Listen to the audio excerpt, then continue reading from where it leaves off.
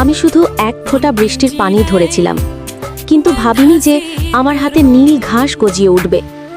চোখের সামনে হাতের চামড়া মুহূর্তেই শুকিয়ে কুঁচকে গেল। ভয়ে আমি জোরে কেঁদে উঠলাম। তাড়াহুড়ো করে হাতের পিঠ দিয়ে চোখের জল মুছতে গিয়ে দেখলাম, যেখানে যেখানে চোখের জল পড়ছে সেখানেই অঙ্কুর গজাচ্ছে। মা বাবা ভেবেছিলেন আমি কোনো অদ্ভুত রোগে আক্রান্ত হয়েছি। তারা আমাকে নিয়ে চারদিকে নামী ডাক্তারদের কাছে গেলেন, কিন্তু কোনো চিকিৎসাই পাওয়া গেল না। দিন যেতে লাগলো। যখন প্রথম নীল পাতাটি ঝরে পড়ল, তখন আমার চুল যেন শুকনো খড়ের মতো হয়ে গেল, আর বাড়ল না।